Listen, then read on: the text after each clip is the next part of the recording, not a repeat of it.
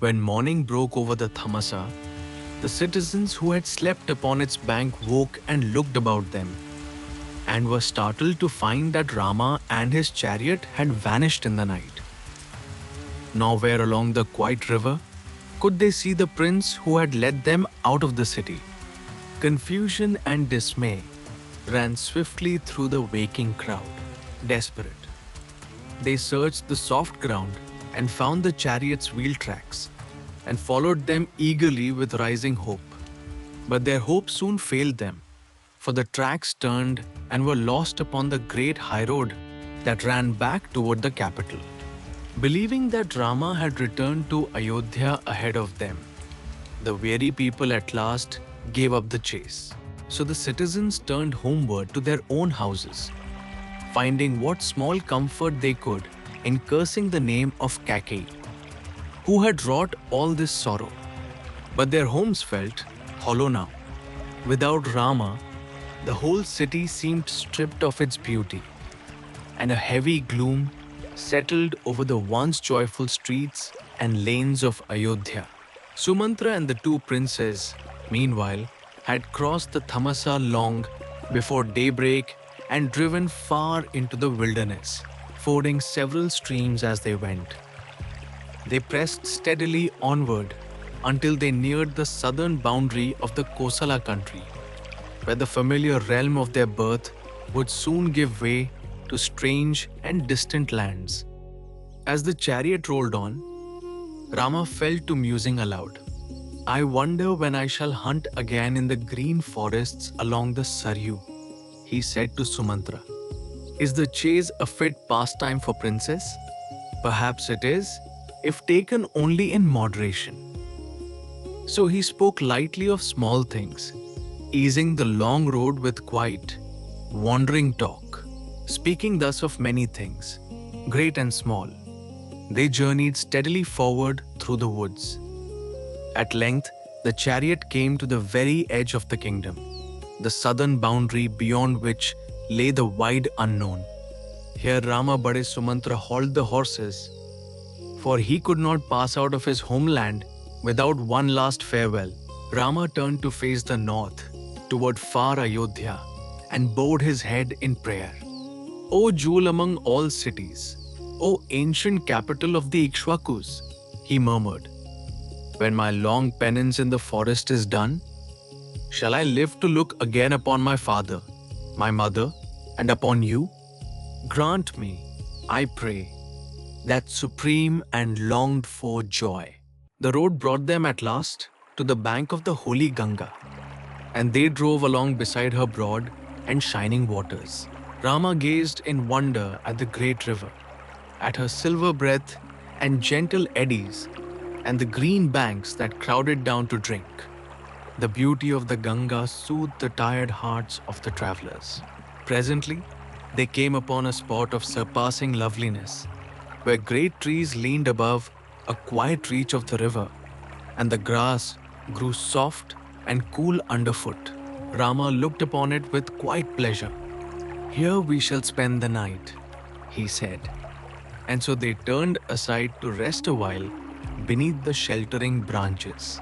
They unyoked the tired horses and sat down together beneath a spreading tree. Now Guha, the chieftain of that whole region, had already learned from his scouts that Rama was drawing near, and he came forth with his followers, glad and eager, to greet the Princess Rama and Lakshmana upon his own beloved land. Guha bore an unbounded love for the house of Dashratha and for Rama above all. As lord of the fierce tribes who dwelt along the banks of the Ganga, he was a man of great standing and no small power, and he counted this day, when so honored a guest had come to him, the most fortunate of all his life. Seeing him approach while still some way off, Rama and Lakshman rose at once to meet their friend. Guha caught Rama in a hearty embrace, his rough face alight with joy. Look upon this whole land as your own, he cried warmly. It is as much yours as Ayodhya itself. What greater fortune could ever be mine than a guest like you? Guha had made ready a lavish feast and every comfort for his guests. Feel wholly at home here in my kingdom, he urged warmly. Stay with us through all the 14 years. You shall want for nothing at all. To care for you would be the truest pleasure and privilege of my life. Only be gracious and accept my hospitality. Embracing Guha once more, Rama answered gently, Brother, I know how deep your love for me runs, and your wish is itself as good as a feast to me. But I am bound by my woes and can take no more. I have come to dwell in the forest, not to live as a chieftain's honored guest. Feed my father's beloved horses well. Simple food and a night's rest will content us. So the travelers lay down for the night beneath the great tree. But Guha and Lakshman could not sleep.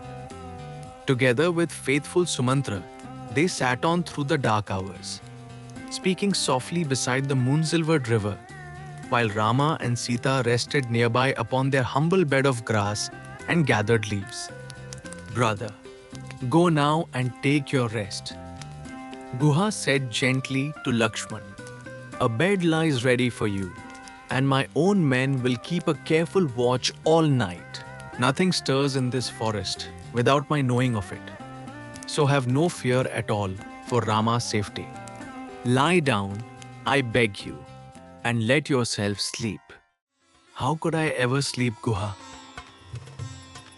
Lakshman answered softly. There upon the bare ground lies Sita, daughter of the great Janka, and daughter-in-law of mighty Dashratha, and Rama himself, that best of men who could subdue all three worlds, lies stretched upon the grass. Seeing them so, how could sleep ever come to these watching eyes? And I cannot help but wonder how Ayodhya is bearing this grief. He went on. The queen's chambers must be loud with wailing even now. I fear that Kausalya and my own mother may no longer be alive. Our father found the strength to say go to the forest. But I doubt he could ever survive Rama's actual leaving. And if the king has died of sorrow, our mothers too will surely have given up their lives. And we, so far away, are denied even the last rites we owe the dead.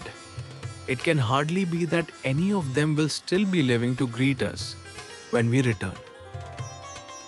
Hearing this, Guha wept, and the sad night wore slowly on.